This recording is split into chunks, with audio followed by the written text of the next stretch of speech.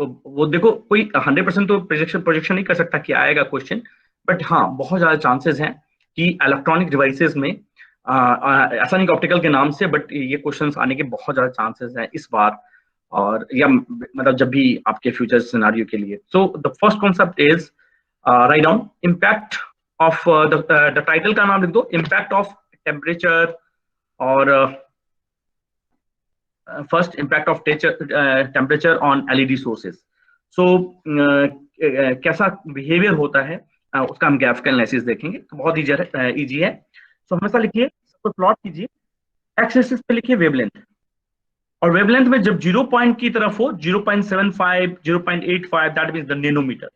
और यदि जब आप इसको वही उसमें कैलकुलेट करेंगे, वैल्यू में कैलकुलेट करेंगे, सॉरी नैनोमीटर नहीं माइक्रोमीटर लिखते हैं, नैनोमीटर लिखते हैं तो 0.750 नैनोमीटर और 850 नैनोमीटर ऐसा करके आता है। तो लिख लीजिए 0.75 टू 0.85, या सिंपल लिखो सबको 750 नैनोमीटर, गलत लिखा गया है तो 750 नैनोमीटर टू 850 नैनोमीटर। प्लीज सबको आप अपने में फर्स्ट विंडो और सेकंड फर्स्ट विंडो का पूरा हमने विंडोज लिया हुआ है, ऐसा ले लीजिए। तो 750 नैनोमीटर टू 850 नैनोमीटर, और यदि पॉइंट में लिखना है तो माइक्रोमीटर लिख लीजिए, दोनों में से आपको जो भी लिखना है। वाई एक्सिस पे रिलेटिव सेंसिटिविटी है, वाई एक्सिस पे रिलेटिव सेंसिटिविटी है। सो जो पैटर्न है स्पेक्ट्रम का जो पैटर्न बनेगा in the case of LED at ideal temperature, ideally at room temperature तो आपको पता ही है 27 डिग्री सेल्सियस लेते हैं या 300 केल्विन लेंगे। सो एट द रूम टेम्परेचर जो बिहेवियर होगा एलईडी सोर्स का, रिलेटिव वाई एक्सिस पे है रिलेटिव इंटेंसिटी लिख लीजिए वाई एक्सिस पे। सो ये जो ये वैल्यू होगी ना बेटा, वो इस तरह का प्रोजेक्शन होगा, right. So the question is what is the behaviour. So first increasing and then decreasing, मतलब सिमेट्री होता है, right, symmetry at the room temperatures between 750 nanometre to 850 nanometre, या 0.75 माइक्रोमीटर लिखना है बेटा, यदि गलती से यहाँ पे माइक्रोमीटर है और यहाँ माइक्रोमीटर, या 750। आप सबसे अच्छा सा एक ही तरीका याद रखिए, 750 नैनोमीटर टू 850 नैनोमीटर, क्योंकि हम जानते हैं कि विंडो टेक्निक्स में हमने डिफरेंट नैनोमीटर्स में हमने देखा था values. Okay, so no issue. So this is the at the ideal room temperature, behaviour is the ideal room temperature का बिहेवियर ऐसा। नाउ द क्वेश्चन इज, अभी नहीं पूछा है लेकिन मे बी नेक्स्ट टाइम पूछे, कि if the temperature will increase, तो जो नॉर्मलाइजेशन आउटपुट है या रिलेटिव इंटेंसिटी है उस पर क्या इंपैक्ट पड़ेगा, right. If the temperature will increase from the room temperature, तो उसके यदि नॉर्मल से टेम्परेचर बढ़ने लगेगा तो कैसा दिखेगा। सो इसी तरह के क्वेश्चंस होते हैं। आपने देखा भी होगा कि गेट का क्वेश्चन जो सॉल्व कर रहे होंगे, तो ये सब बहुत कुछ रहता है कि डोपिंग कर देंगे तो क्या होगा, एन का डोपिंग कर देंगे, पी का डोपिंग कर देंगे, लेफ्ट साइड कर देंगे, राइट साइड कर देंगे, टेम्परेचर बढ़ा देंगे। तो ये क्वेश्चन है टेम्परेचर इन्हांसमेंट का। सो यदि मैं टेम्परेचर बढ़ा दूं 0 डिग्री सेल्सियस 30 डिग्री सेल्सियस कर दूं या 25 कर दूं, या उसके बाद इंक्रीज करूंगा तो हमारा नेचर कैसा हो। सो राइट डाउन, ग्राफ बनाइए पहले सब कोई प्लीज। ये चीजें आप पढ़ने के लिए आपको कम से कम 6-7 घंटे चाहिए, एक ग्राफ पढ़ने के लिए, एनालिसिस करने के लिए। मैं आपको 5-5 मिनट में बता रहा हूं, क्योंकि ये जो सारे कॉन्सेप्ट को मैं मर्ज करके आपको बता रहा हूं, राइट, कि what are the concept of the temperature impact on the LED source, right. So at the room temperature symmetry in nature, but यदि टेम्परेचर बढ़ाएंगे तो क्या होगा। सो यस, नॉर्मलाइजेशन आउटपुट का जो वैल्यू है 1, वो उससे वो कम होने लगेगा, एम्पलीट्यूड इज डिक्रीजिंग, बट जो ये स्पेक्ट्रल विड्थ है वो बढ़ता जाएगा, राइट, वेवलेंथ जो है वो बढ़ता जाएगा। so, ध्यान से देखिए, पहले 0 डिग्री सेल्सियस पे ऐसा था, उसके बाद आप टेम्परेचर बढ़ा देंगे तो उसका एम्पलीट्यूड घट जाएगा, यहां से यहां हो गया, राइट, नॉर्मलाइजेशन आउटपुट कम हो गया, बट ये रेंज बढ़ गई, फिर ये घटा। तो जानते ही हैं हम कि एक तरफ से कंप्रेशन करेंगे तो एक तरफ एक्सपांशन होता ही होता है, that is the general things. So यहाँ पे आप लिख लीजिए 830 nanometer, 870 nanometer, 880 nanometer, 900 nanometer, right. So this is the condition of this, right? So 830 nanometer, 870 nanometer, 880 nanometre और 900 नैनोमीटर। सो स्टार्ट हो रहा है बेटू यहां से यहां तक, राइट, नियर अबाउट 0.85। ये वाला 0.84 से स्टार्ट हो रहा है और 0.88 तक जा रहा है। बट ये सब चीजें एक्सिस पे तो ज्यादा नहीं ध्यान देना है, आपको कॉन्सेप्ट ये होना चाहिए कि if the temperature will increase, the temperature will increase, then normalization output amplitude will decrease, but wavelength, spectrum का जो वेवलेंथ है वो बढ़ता जाएगा, right. So that is the second concept. पहला, if the room temperature symmetry, very good, at the 0 degree Celsius also behaves as like a same symmetry, but यदि temperature अब बढ़ता जाएगा तो नॉर्मलाइजेशन आउटपुट का जो आउटपुट मैक्सिमम 1 होता है उससे वो डिक्रीज होने लगेगा और वो नीचे की तरफ जो एक्सपांड होने लगेगा। सो this is the second concept of the impact of the temperature. So hopefully सबको क्लियर है। आकांक्षा क्लियर है तो आगे चले, यहां तक ठीक है? Yes sir. Okay, so this is the basic concept of the temperature impact on the LED source. हम आगे चलते हैं। Now ये तो पहला ही है। Now ये क्वेश्चन के बहुत ज्यादा चांसेस हैं, बहुत ज्यादा चांसेस हैं, और नहीं पूछा अलग बात है, बट आपको आपका कॉन्सेप्ट बहुत इंपॉर्टेंट रखता है कि रिलेटिव इंटेंसिटी में यदि लाइट, हमारा एलईडी सोर्स है, लाइट इमिटिंग डायोड सोर्स है, उसमें इलेक्ट्रॉन एंड होल्स का रिकॉम्बिनेशन हो रहा है, यदि मैं उसमें डोपिंग करूं, अभी मैंने पूछा कि अभी आपको पूछेगा कि यदि if the doping will be start, right, तो नीलकमल, आपने यदि अभी क्वेश्चन किए होंगे थोड़ा, यदि इलेक्ट्रॉनिक्स में तो पूछता है कि डोपिंग किस तरह का है, और यदि लेफ्ट साइड से डोपिंग करेंगे तो क्या होगा, राइट साइड डोपिंग करेंगे तो, ऐसा क्वेश्चन सब देखा है या नहीं देखा है? सो यदि आपको फ्यूचर में ऐसा क्वेश्चन पूछ सकता है कि एलईडी सोर्स का समझ हम बनाना, पीएन डायोड और ईएन सब सेम ही है बेटू, है ना, क्योंकि उस पे इलेक्ट्रॉन होल्स है, तो पूछेगा कि यदि मैं लाइटली डोप्ड करूंगा और एक में मैं हैवीली डोप्ड करूंगा तो what are the impact, right, what are the impact. So याद रखिए, यदि आप लाइटली डोप्ड करेंगे in LED materials, LED source, तो उस कंडीशन में रिलेटिव इंटेंसिटी का एम्पलीट्यूड ज्यादा होगा बट स्पेक्ट्रम कम होगा, राइट, स्पेक्ट्रम कम होगा। 1.25 माइक्रोमीटर टू 1.30 या 1250 से लेके 1300 नैनोमीटर, 1250 नैनोमीटर से 1300 नैनोमीटर तक ये फैलेगा, रहेगा, स्पेक्ट्रम स्प्रेड रहेगा। और यदि आप उसमें डोपिंग इंक्रीज कर देंगे, if you increase the doping, then what happened, then again like temperature, their amplitude will be decreased but they will spread more and they will spread up to 140 nanometer. Okay, so this is the basic concept related to lightly doping and heavily doping. तो मैंने पहला जो आपको पहला correlation जो बताया आपको बेटू, वो बताया रिलेशन टेम्परेचर के साथ। अब जो तीसरा रिलेशन बता रहा हूं जो बहुत ज्यादा चांसेस है कि बहुत अच्छा कॉन्सेप्ट है कि यदि मैं लाइटली डोप्ड करूं conduction band and valence band के बीच में, और यदि मैं हैवी डोप्ड करूं मटेरियल्स का, तो क्या इंपैक्ट पड़ेगा रिलेटिव इंटेंसिटी में। सो यदि लाइटली डोप्ड है तो यस, उसका जो रिलेटिव इंटेंसिटी ज्यादा होगा बट स्पेक्ट्रम थोड़ा कम होगा। यदि आप हैवीली डोप्ड करेंगे, ऐसा नहीं है कि आप डोपिंग बहुत ज्यादा कर देंगे तो उसकी इंटेंसिटी बढ़ जाएगी, नहीं, इंटेंसिटी घट जाएगी बट स्प्रेड हो जाएगा वो ज्यादा दूर तक। सो this is the third concept. Now दो चीजें मैं बता रहा हूं आप लोग को, जो होमवर्क दे रहा हूं, जो पढ़ना है आपको। एक होमवर्क है आपको कि कपलर के बारे में थोड़ा पढ़ना है खुद से, कपलर, और दूसरा पढ़ना है स्प्लाइसिंग टेक्निक के बारे में। स्प्लाइसिंग टेक्निक एंड कपलर मैं क्यों दे रहा हूं आपको पढ़ने के लिए, because both are the theoretical, totally theoretical. तो आपने देखा होगा कि मैं टोटली मैथमेटिक्स, आपने जब से मैं ऑप्टिकल स्टार्ट किया हूँ शुरू से अंत तक हमेशा mathematical graphical analysis like that. तो थ्योरेटिकल आपको मैं रट्टा नहीं मार दूंगा आपके लिए, तो आपको खुद से पढ़ने हैं। बट उसमें स्प्लाइसिंग में दो टेक्निक्स बहुत इंपॉर्टेंट है, एक मैकेनिकल स्प्लाइसिंग, दूसरा इलेक्ट्रिकल स्प्लाइसिंग। तो उसमें भी ग्रोव का फेनोमेना कैसे होता है, ऑप्टिकल फाइबर आप डालेंगे और कैसे पंच करके उसको दोनों को स्प्लाइसिंग करते हैं, ये सब चीजें आपको पढ़नी है। दूसरा कपलर आपको पढ़ना है, that is also mostly theoretically.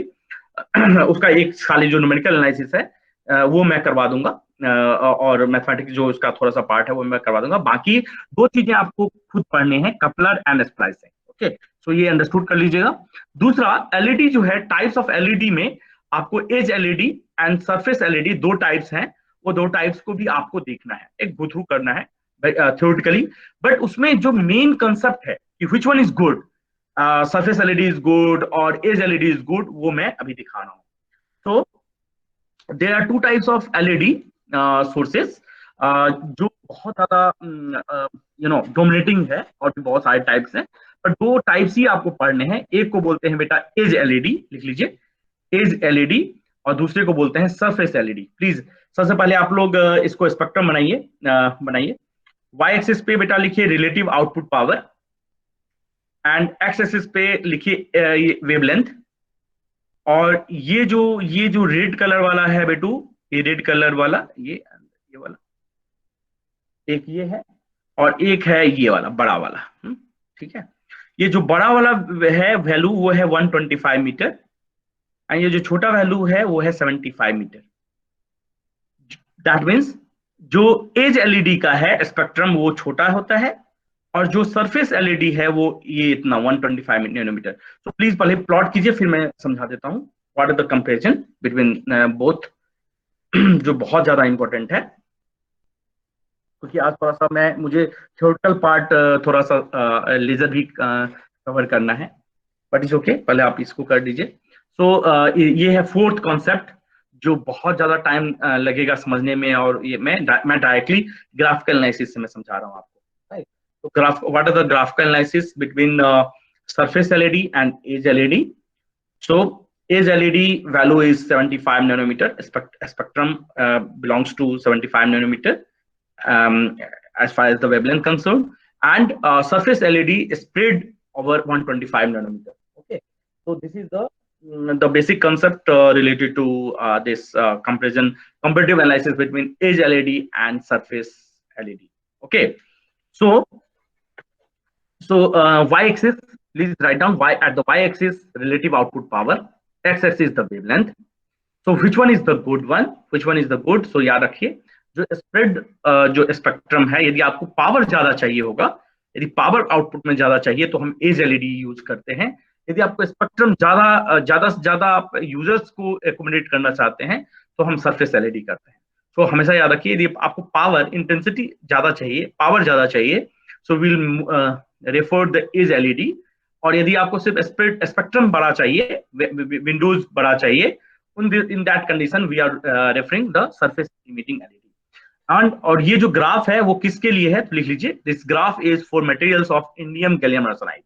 तो जितने भी मैं एनालिसिस करना हूँ, मैंने बताया था कि there are two types of band, direct band and direct band, but हम हमेशा जितना भी पढ़ रहे हैं सब डायरेक्ट बैंड गैप के लिए पढ़ रहे हैं, बिकॉज उसमें एनर्जी गैप ज्यादा होता है, और एनर्जी गैप ज्यादा होने के कारण हमें फोटोन भी ज्यादा मिलेगा. Okay, so this is the main concept related to this four, right? So first one, so relative intensity ka impact on the temperature is look like this.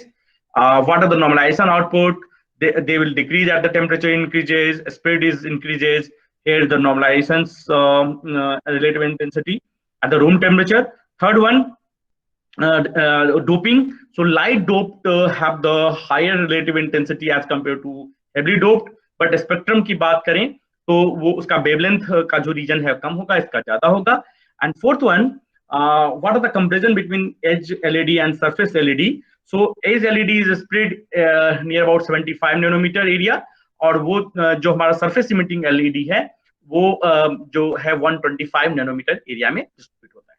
Okay, now ये सब कुछ देखने के बाद एक तो क्वेश्चन बनता है क्या, is this possible कि we can transmit the data for digital communication with the help of LED. So आप यदि LED में यदि डिजिटल डाटा, बहुत हाई स्पीड डिजिटल डाटा भेजेंगे तो एक प्रॉब्लम है. क्यों प्रॉब्लम है? तो वी नो दैट कि स्पेक्ट्रम जो है, spectrum in the case of LED is higher, right? Spectral width जो बोलते हैं, स्पेक्ट्रल विड्थ ज्यादा होने के कारण ऑन ऑफ इतना जल्दी नहीं हो पाएगा. और यदि आपने जबरदस्ती उसमें फास्टर स्पीड स्विचिंग किया, सो यदि फास्टर स्पीड स्विच किया, राइट, तो क्या होगा, जल्दी जल्दी ऑन ऑफ होगा, तो high current for short time travel करना स्टार्ट कर देगा, मतलब छोटे टाइम के लिए वेरी वेरी हाई करंट. तो उसका इंपैक्ट क्या होगा, आपका एलईडी जो है वो बर्न हो जाएगा. सो कोई पूछे कि डिजिटल डाटा टाइप में, डिजिटल कम्युनिकेशंस में हमें एलईडी का यूज करना चाहिए, तो क्वेश्चन होगा कि आप मतलब कर सकते हैं, बट बहुत हाई डेटा रेट के लिए नहीं कर सकते। क्यों नहीं कर सकते? कि जल्दी जल्दी आप ऑन ऑफ करेंगे तो स्पेक्ट्रल विड्थ उसका ज्यादा होता है, और जल्दी जल्दी ऑन ऑफ करेंगे तो वो कम टाइम के लिए हाई करंट फ्लो करेगा। Due to short time high current will flow in the LED circuit, तो उसके कारण क्या होगा? पीक ओवरशूट फिनोमेना होगा। सो लिख लीजिए पीक ओवरशूट। पीक ओवरशूट मतलब कि आपका एलईडी जो है बर्न हो जाएगा, मतलब शूट हो जाएगा, right? So that is the big disadvantage associated with the LED. तो एलईडी में कभी भी हाई स्पीड जो है बेटा ऑपरेशंस नहीं होता है, राइट? सो यदि आप चाहें, बोलेंगे कि मैं बहुत हाई स्पीड में स्विचिंग करूं, so no, you are not able to do. Why? Because उसका स्पेक्ट्रल विड्थ जो है वो ये आकांक्षा क्यों नहीं करते हम बेटा? थोड़ा बताओ सबको, why will not do the high switching in the case of LED? क्यों नहीं करेंगे बेटू? सर क्योंकि स्पेक्ट्रल विड्थ उसकी ज्यादा होती है, तो उसका ऑन ऑफ टाइम अगर कम होगा तो मतलब इनवर्सली प्रोपोर्शनल होता है, तो अगर हम ज्यादा करेंगे तो पीक ओवरशूट हो जाएगा, जिस वजह से एलईडी बर्न हो जाएगी। Very good. So this is the big disadvantage associated with the LED. Okay. So hopefully आपको ग्राफिकल एनालिसिस से चारों कॉन्सेप्ट समझ में आ गए होंगे। अब हम चलते हैं जो एक बहुत बड़ा कॉन्सेप्ट है और थोड़ा मैथमेटिकल भी है इसके साथ। तो मैं लास्ट टॉपिक पे चल रहा हूँ एलईडी के, उसके बाद हम करेंगे एक दो न्यूमेरिकल और फिर से हम पढ़ेंगे laser, right? So now write down, topic का नाम लिख लीजिए modulation of LED, right? Modulation of LED. तो सबसे पहले प्लॉट करते जाइए सब कोई बेटा। मतलब मैं आपको, आप जब यदि कभी आप टाइम मिले तो just refer the lecture, just refer the books. आपको मतलब मैं बता रहा हूँ क्लियरली, आपको मतलब 5 घंटे के बदला में सिर्फ एक ग्राफ बता के मैं आपको पूरा उसका पूरा कॉन्सेप्ट बता रहा हूँ। सो प्लीज एक वो ड्रॉ कर लीजिए बेटू। वाई एक्सिस पे लिखिए बेटू, वाई एक्सिस पे लिखिए करंट रेशियो, वाई एक्सिस पे लिखिए करंट रेशियो, और एक्स एक्सिस पे लिखिए फ्रीक्वेंसी।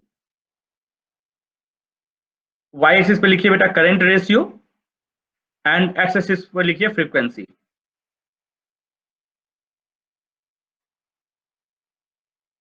वाई एक्सिस पे करंट रेशियो और एक्स एक्सिस पे लिखिए फ्रीक्वेंसी। नाउ करंट रेशियो मतलब I out by I in, output current by input current, right? This is the current ratio and this is the frequency. Frequency that mean ये frequency जो है omega है, जहां omega is equal to 2 pi F होता है। तो frequency को F भी लिख सकते हैं, कोई बात नहीं। तो यहाँ पे एफ या ओमेगा जो भी लिखना लिख लीजिए, यहाँ पे फ्रीक्वेंसी लिख लीजिए।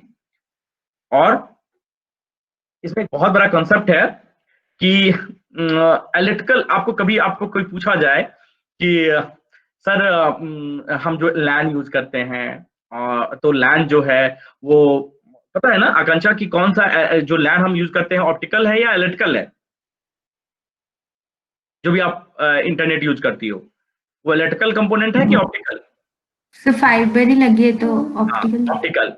तो कभी आपसे पूछ दे कि why optical, why not electrical, तो ये उसका आंसर है कि इलेक्ट्रिकल पहले जो आपका जो वो बेटा लाइन था ना, telephone lines, that are all are twisted pair और इलेक्ट्रिकल लाइंस थे, राइट?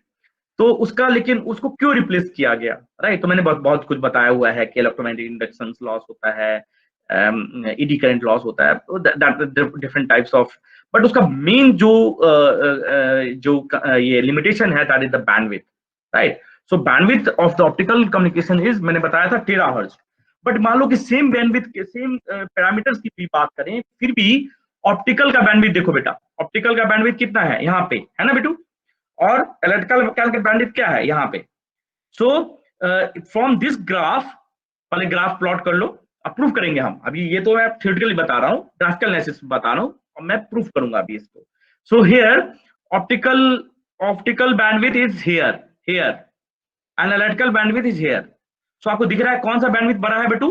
ये वाला, ये यहां से यहां तक, ये है ऑप्टिकल बैंडविड्थ, और यहाँ पे क्या है? Electrical bandwidth. तो कोई पूछे कि why optical we will prefer for the internet connections और ये, तो सबसे पहला कि बैंडविड्थ जो है वो सपोर्ट जो है ऑप्टिकल का बैंडविड्थ वो हायर होता है as compare to electrical at the 3 dB point of, लिख लो ये सब 3 dB पॉइंट है।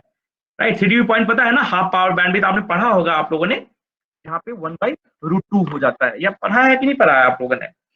सो लिख लो, नहीं पढ़ा है तो अभी पढ़ाऊंगा मैं, कोई बात नहीं। सो वाई एक्सिस पे लिख लीजिए करंट रेशियो, एक्सिस पे लिख लीजिए फ्रीक्वेंसी।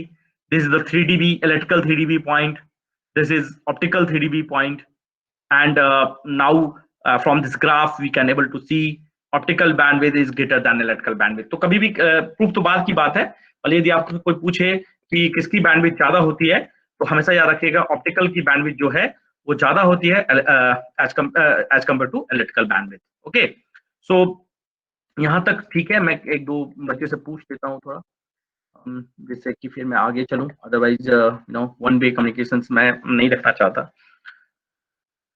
रोनित, रोल नंबर 42 बेटा, अभी तक जो मैंने बताया समझ में आया? Ronit please unmute, Ronit please unmute बेटा। सुकृति महाजन, सुकृति महाजन। Yes sir. हाँ मैम, अटेंड कर रही हैं क्लास आप? Yes sir. अभी जो मेरा बताया मैंने अभी तक, ठीक है? Yes sir. कोई डाउट नहीं है? डाउट तो पूछिए। मैं विमर्श कॉल, विमर्श अभी तक सही है? चलिए आगे। विमर्श प्लीज अनम्यूट, रोल नंबर 64। अच्छा ठीक है। सो ओके, इंसा, इंसा, इंसा अनम्यूट। हाँ आवाज आ रही है मेरी बेटा आपको? आपकी आवाज नहीं आ रही है। इंसा, हिमांशु, हिमांशु नगरोत्रा, हिमांशु आवाज आ रही है मेरी? यस। अच्छा, सबका माइक ही खराब है, अच्छा है, बहुत अच्छा तरीका है। गरिमा अभी तक ठीक है? Yes sir. तो इसके बाद हम चलते हैं मैथमेटिकल एनालिसिस। राइट डाउन, हम चलते हैं, राइट डाउन मैथमेटिकल एनालिसिस, पहले नाम दो mathematical analysis. So how we can define the mathematical analysis, we'll see here. So mathematical analysis कैसे करेंगे, तो सबसे पहले लिख लीजिए, फिर मैं सबको समझाऊंगा एक एक करके। So here जो ऑप्टिकल आउटपुट है, PW is the optical output, P0 is the initial power. So PW output optical power is PW can be calculated as P0 by 1 plus omega tau I का whole square, omega tau I का whole square. Right, बताता हूं, don't worry, पहले आप लिख लीजिए, फिर मैं सब अभी प्रूव करूंगा। This is the optical output relations. Okay, now note, ये नोट कर लीजिए, P power equal to I square R होता है, ये सबको पता है। P equal to I square R, सबको क्लियर है, मालूम है ये सब चीजें?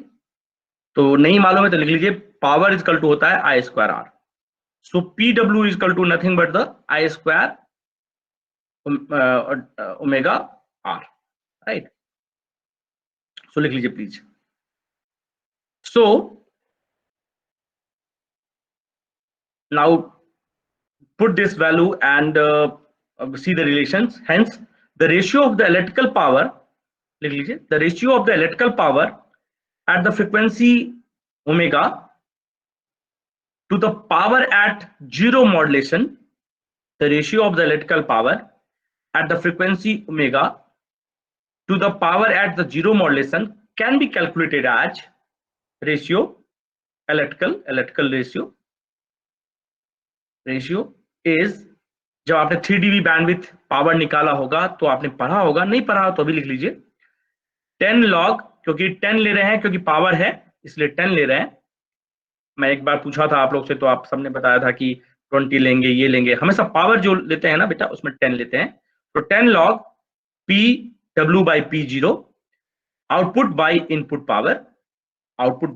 power is equal to 10 log, since P is equal to I square R, since P is equal to I square R, So PW is equal to I square omega R. So I square omega R cancel हो गया यहाँ पे, तो मैंने लिख दिया 10 log I square omega by I square 0. तो ध्यान से ये 0 दिख रहा है. So 10 log I square omega है ऊपर में, output current by input current. Okay, so ratio electrical का जो रेशियो है वो that is nothing, that is equal to ratio of electrical is 10 log PW by P0, 10 log I square omega by I square 0. सो इसको अलग से लिख सकते हैं, राइट डाउन. ये होने के बाद द इलेक्ट्रिकल 3dB पॉइंट लिख लीजिए. The electrical 3dB points occur at the frequency point. The electrical 3dB points occurs at the frequency. The electrical 3dB points occur at the frequency point where the detected power P omega, where the detected power is P omega, right? तो ये P omega यहाँ से detected power आपको निकालना है, तो यहाँ से. So यहाँ पे पहले आप लिख लीजिए, फिर मैं और अच्छे से समझाऊंगा. So the electrical 3dB points occurs at the frequency point where the detected power P omega, and it is calculated as I square omega by I square 0 is half power. आपको पता है हाफ पावर बैंडविड्थ बोलते हैं इसको. सो 1/2. सो I omega by I0 is nothing but I omega by I0 is nothing but 1/√2, 1/√2, and 1/√2 is nothing but the 0.707. So optical bandwidth से हम जब electrical bandwidth की तरफ चलते हैं तो हमारा बैंडविड्थ जो होता है वो 1/√2 हो जाता है, राइट. 1/√2 हो जाता है. दैट मीन्स यदि 1 है तो आपका जो ये इलेक्ट्रिकल बैंडविड्थ हो जाएगा 1 into 0.707 हो जाएगा. So the conclusion is if the optical bandwidth is f, if the optical bandwidth is bandwidth b omega is f, so electrical bandwidth is nothing but f into 1/√2 या f into 0.7. That's why electrical bandwidth is reduced as compared to optical bandwidth, because जब हम 3dB points यदि हम optical bandwidth के point पे trace करेंगे तो वो सिंपल जो ये रेशियो है वो हाफ पावर बैंडविड्थ के इक्विवेलेंट हो जाएगा, and that is nothing but the 1/√2. So here we have proved that the electrical bandwidth is reduced by 1/√2 factor as compared to optical bandwidth. तो कभी भी आपको यदि बोला जाए कि आप इलेक्ट्रिकल बैंडविड्थ निकालने के लिए बोला जाए तो सबसे पहले आप ऑप्टिकल बैंडविड्थ निकालें, और ऑप्टिकल बैंडविड्थ निकालने के लिए आपको सिंपल ये रिलेशन निकालना है बेटा, याद रखिए ये रिलेशन लेना है, राइट. ये रिलेशन लेके आपको पहले ऑप्टिकल बैंडविड्थ निकालना है और उसके बाद फिर आपको पुट करना है 0.70, जो भी ऑप्टिकल बैंडविड्थ जो भी आएगा उसको 0.70 से मल्टीप्लाई करेंगे तो इलेक्ट्रिकल बैंडविड्थ आ जाएगा. So that is the second relation.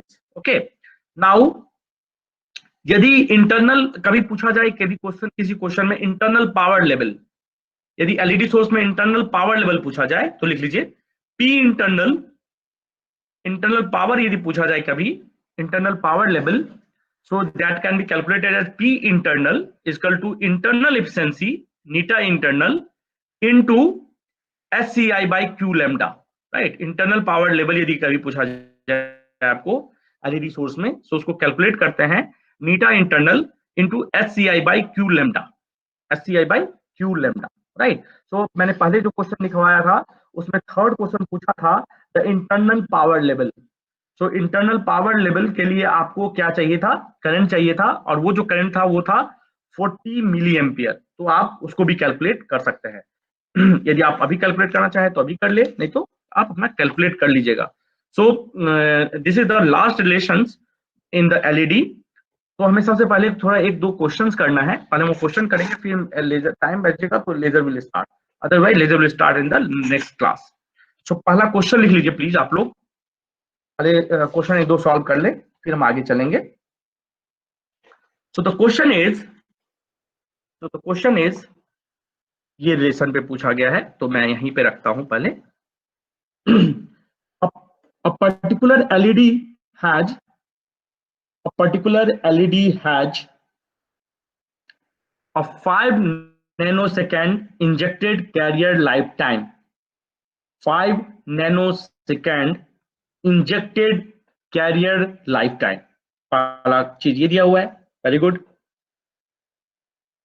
Life time दिया हुआ है यानी इंजेक्टेड, तो याद रखिए जब भी इंजेक्टेड दिखे कहीं पे life time, that value is tau I.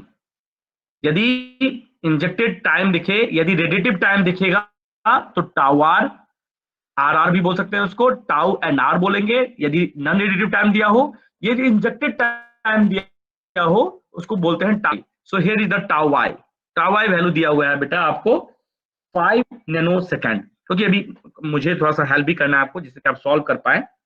When no modulation, write down, when no modulation current is applied to the device, when no modulation current is applied to the device, जब modulation नहीं है तब, the optical power is 0.250 0.250 milliwatt.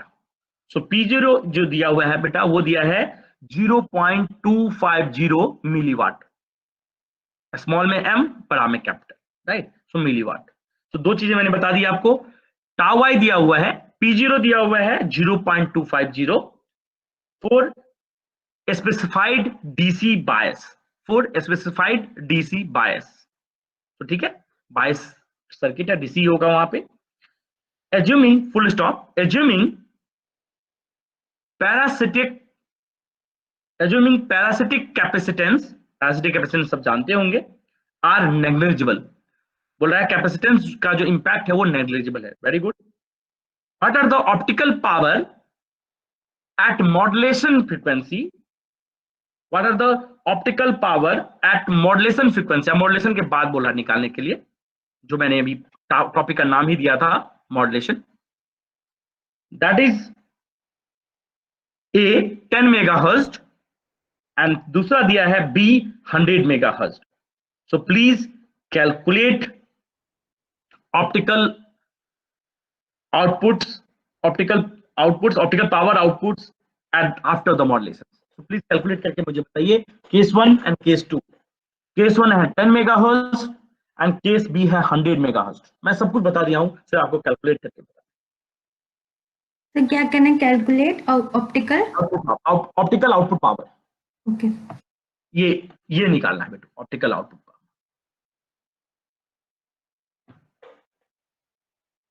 और यहाँ पे थोड़ा ये बेटा ये ऐसा है, square root of 1 plus omega tau I का होल स्क्वायर, ये कैलकुलेट बताइए। ये चीजें मैंने और सब बैच को नहीं पढ़ाया, मुझे लगा कि इस बार कुछ बच्चे सीएससी गेट दे रहे होंगे, तो मैंने ये सारे रिलेशंस अभी आज निकाले हैं।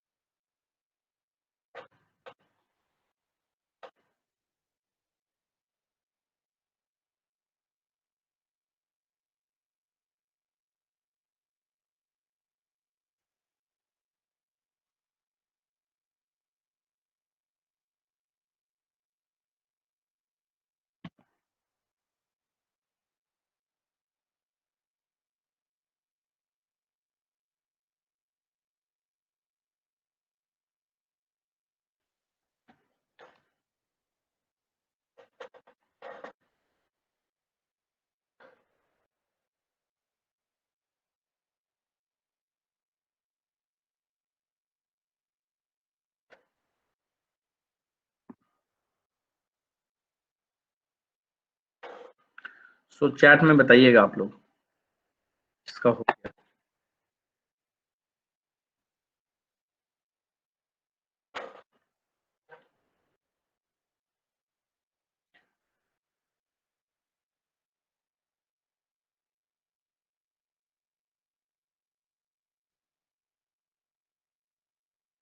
नीलकमल सॉल्व कर रहे हो?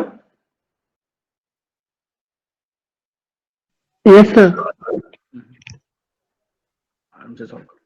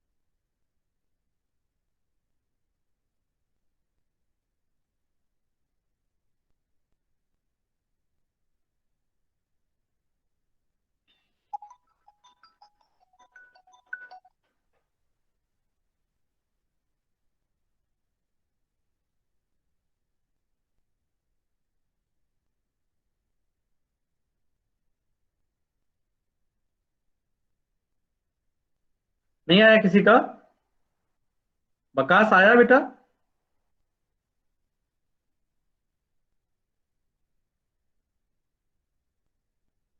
बकास हो गया सॉल्व? यस सर, हो गया था। हाँ बताइए। क्या है आप आउटपुट पावर 10 मेगाहर्ट्ज कितना आया? 0.249 मिलीवाट। 249 ठीक है। आएगा 239 milliwatt, microwatt, microwatt sorry, yes sir, ये 239। एग्जैक्टली आ रहा है 0.2385। हाँ माइक्रो, अच्छा 0.3, तो यानी yes sir. 238 microwatt, right? Microwatt को मिलीवाट को, मिलीवाट आ रहा है। हाँ उसको कन्वर्ट कर दो ना, माइक पॉइंट में है ना बेटो। अच्छा सर, तो 238 माइक्रोवाट हो जाएगा। यस 238 ठीक है। और दूसरा 100 मेगाहर्ट्ज पे उनके सर क्या है? 100 मेगावाट अभी कैलकुलेट कर रहा हूँ हाँ सर। करो। एक बहुत बड़ा इसमें हम ये कंक्लूजन देखने वाले हैं।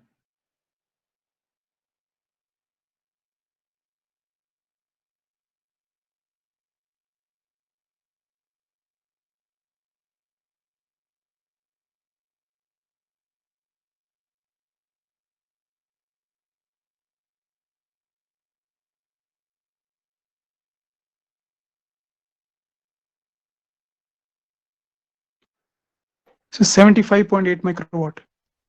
75 एकदम सही। सो 75 माइक्रोवाट। तो और सबको कैलकुलेट करने दो, फिर मैं कंक्लूजन पूछता हूँ कि तो कंक्लूजन क्या दिख रहा है इसमें विकास, कि what are the conclusion if you are moving from 10 megahertz to 100 megahertz, यदि फ्रीक्वेंसी ज्यादा आप ले रहे हैं तो यानी हायर मॉड्यूलेशन की तरफ बढ़ रहे हैं, राइट। तो द आउटपुट पावर पे क्या इम्पैक्ट आ रहा है? The output power of the particular device is decreases or increases. If the frequency will increase, then what are the impact? क्या हो रहा है impact? बस दोनों को ये conclusion बताइए, क्या क्या हो रहा है? What are the impact?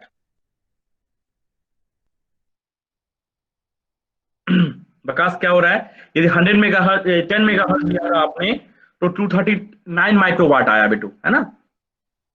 और Surya Prakash Yes sir. So उसके बाद जब हमने फ्रीक्वेंसी बढ़ाई तो पावर घट गया.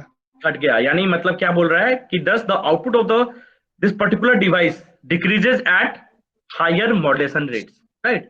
Yes sir. ज्यादा मॉड्यूलेशन रेट से आप करेंगे तो पावर जो है वो डिक्रीज हो जाएगा। That is the conclusion. So please सबको कैलकुलेट कीजिए और इसको फिर कंक्लूजन में रिमार्क्स डालिए। तो this is the conclusion of this कि if you are moving towards the higher modulation rates, मतलब फ्रीक्वेंसी आप ज्यादा रेट से आप यदि करेंगे, बढ़ाएंगे, तो आपका जो पावर है, आउटपुट पावर, वो कम हो जाएगा। प्लीज राइट डाउन, इसको नोट करके लिखिएगा।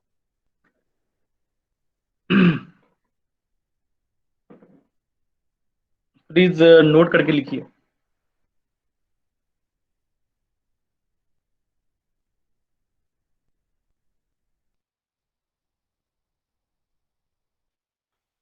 जल्दी कीजिए बेटा, एक क्वेश्चन और करना है।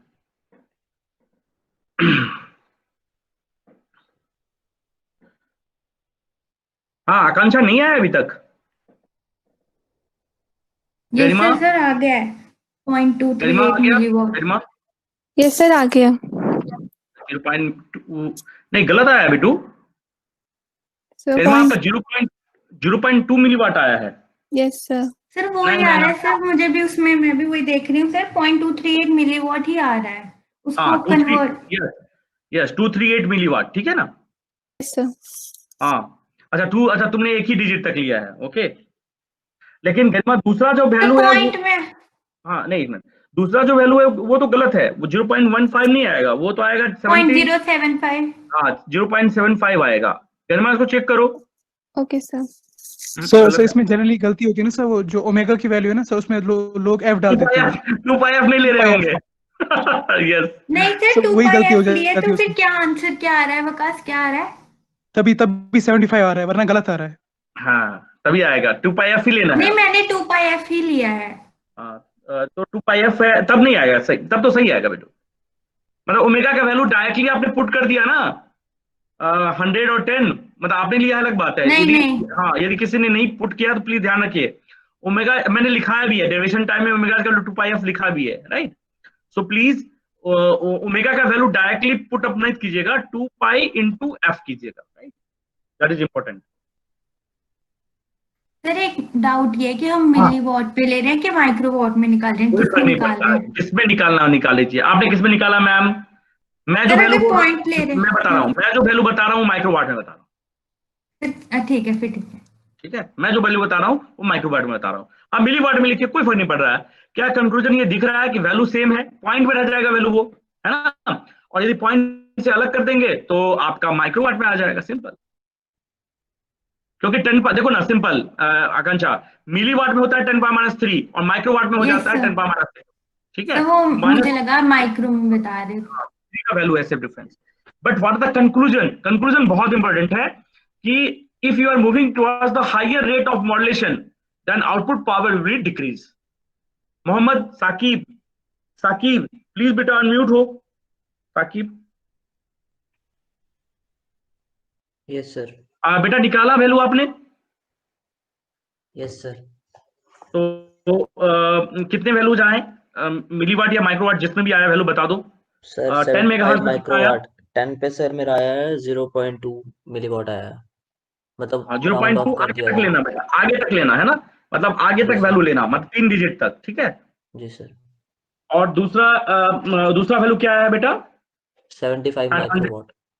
हाँ, सो दोनों में सेम रखना है, ये एक में 0 रखा है और एक में 76 रखा है, ऐसा नहीं, दोनों में सेम रखना है, राइट। दोनों का यूनिट सेम होना चाहिए। अब नहीं तो हम कंपैरिजन नहीं कर पाएंगे, एक में है 200 के आसपास और एक में है 75 के आसपास। सो क्या हो रहा है बेटू, डिक्रीज हो रहा है, राइट। Yes, पावर जो है वो डिक्रीज हो रहा है। क्यों हो रहा है डिक्रीज? क्योंकि हम रेट ऑफ जो है मॉड्यूलेशन, रेट मतलब फ्रीक्वेंसी जो है हम हाई कर रहे हैं। क्लियर? तो ओके Yes. गरिमा सही है, आगे चलें। कंसेप्ट समझ में आया Yes, sir. गरिमा? Yes, okay, sir. तो